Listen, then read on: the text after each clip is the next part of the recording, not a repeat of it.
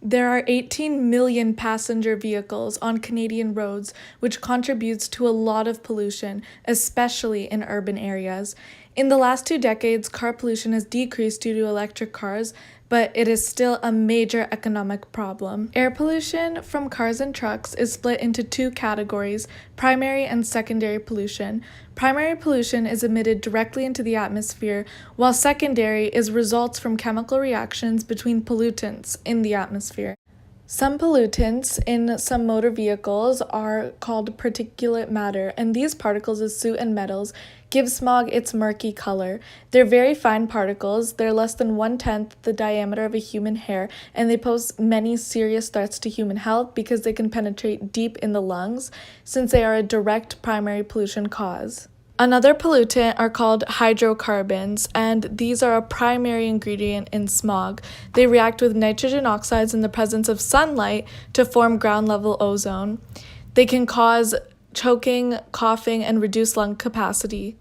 Another pollutant, called nitrogen oxides, cause lung irritation and weaken the body's defenses against respiratory infections such as pneumonia and influenza. In addition, they assist in the formation of ground-level ozone and particulate matter. Carbon monoxide is an odorless, colorless, and poisonous gas that is emitted primarily from cars and trucks.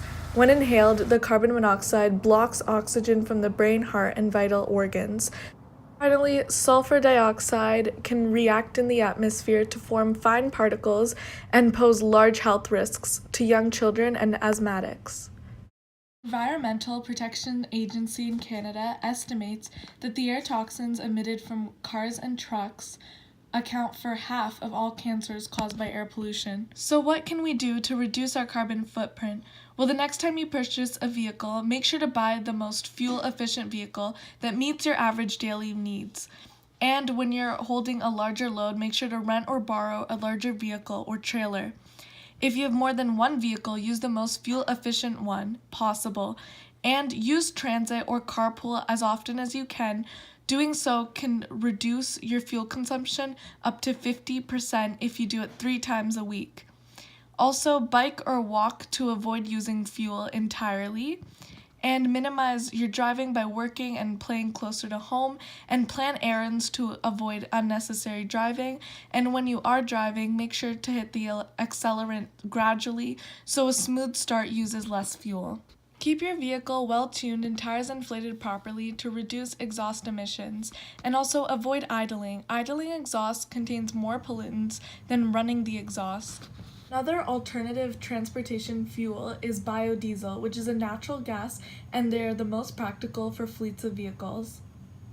To spread awareness on car pollution, I created a survey where 69 people were able to fill it out and gave me primary data on what type of car they use, what my target audience is, and how they got to work and school.